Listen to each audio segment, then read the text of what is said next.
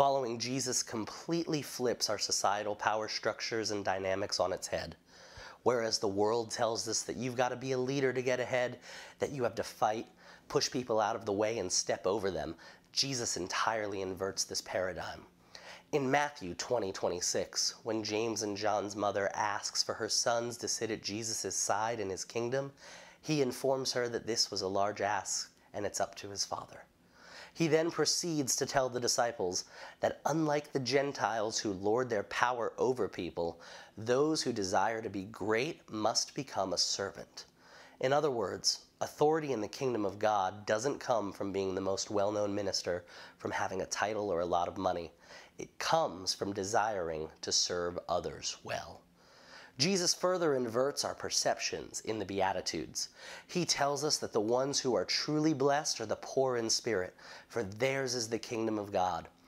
A.W. Tozer says that this idea of the poverty spirit is an inward state paralleling the outward circumstances of the common beggar in the streets.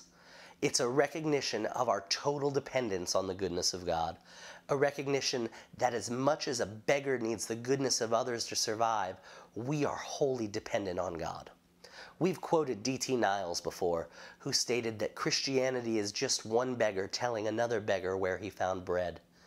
We have to understand that even though we are full of the goodness of God, we are not the source of that goodness.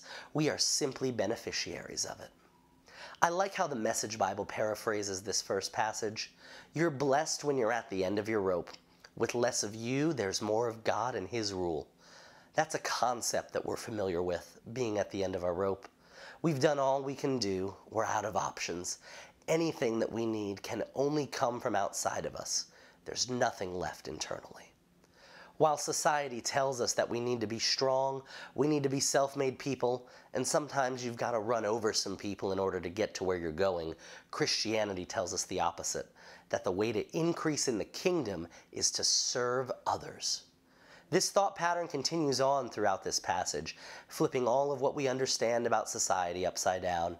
In verse 7 of Matthew 5, Jesus tells us that the ones who are merciful are blessed, for they shall be shown mercy. I've worked at a large company for a number of years, and I've seen that in corporate America, mercy is not a thing that is offered often. Sadly, in my years of working within the church, I find that mercy is often lacking there as well. But Jesus again inverts the power structures. He tells us that when we are merciful, we will be shown mercy. This is the principle of sowing and reaping in action. If we want mercy to be shown to us when we fail and miss the mark, we need to intention to show that same mercy to others. I'd encourage you this week to study the Beatitudes. Look at the words of Jesus through the Gospels.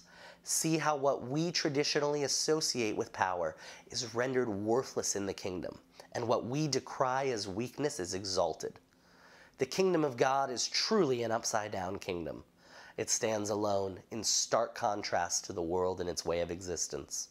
It's time to renew our minds to the way the kingdom works, to learn that growth and advancement come by serving, that our understanding that we are blessed doesn't come from our abundance of prosperity or material possessions, but by recognizing that we are totally reliant on God for everything.